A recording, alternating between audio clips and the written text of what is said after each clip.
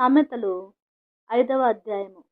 నా కుమారుడా, నా జ్ఞానోపదేశము ఆలకింపుము, వివేకము గల నా బోధకు చెవియొక్కుము. అప్పుడు నీవు బుద్ధి కలిగి నడుచుకొందువు, తెలివిని బట్టి నీ పెదవులు మాటలాడును.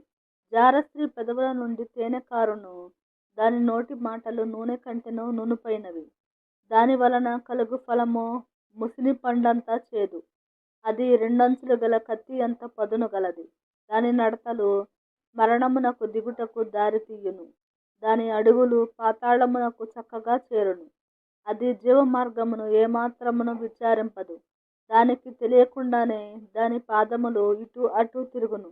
కుమారులారా, నా మాట ఆలకింపుడి, నేను చెప్పు ఉపదేశము నుండి తొలగకుడి.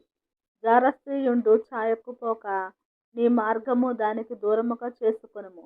దాని ఇంటి వాకిటి దగ్గరకు వెళ్ళకుము.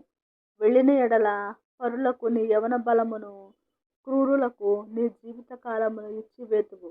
నీ ఆస్తి వలన పరులు తృప్తి పొందుదురు. నీ కష్టార్జితము అన్యుల ఇల్లు చేరును. తుదకు నీ మాంసమును నీ శరీరమును క్షీణించినప్పుడు, అయ్యో, ఉపదేశము నేనెట్లు త్రోసివేసి తిని, నా హృదయము గద్దింపునెట్లు తృణీకరించెను. నా బోధకుల మాట నేను వినకపోతిని, నా ఉపదేశకులకు నేను చెవియొగ్గలేదు. నేను సమాజ సంఘముల మధ్య నుండినను ప్రతి విధమైన దౌష్ట్యమునకు లోబడుటకు కొంచెమే ఎడమాయెను అని నీవు చెప్పుకొనుచు మూలుగుచూనుందువు. నీ సొంత కుండలోని నీళ్లు పానము చేయుము. నీ సొంత బావిలో ఉబుకు జలము త్రాగుము. నీ ఊటలు బయటికి చెదిరిపోదగునా? వీధులలో అవి నీటి కాలువగా పారదగునా? అన్యులు నీతో కూడా వాటిని అనుభవింపకుండా అవి నీకే ఉండవలెను గదా. నీ ఊట దీవెన నొందును. నీ యవన కాలపు భార్య యందు సంతోషించుము. ఆమె అతి ప్రియమైన లేడి, అందమైన దుప్పి. ఆమె రొమ్ముల వలన నీవు ఎల్లప్పుడూ తృప్తి నొందుచుండుము.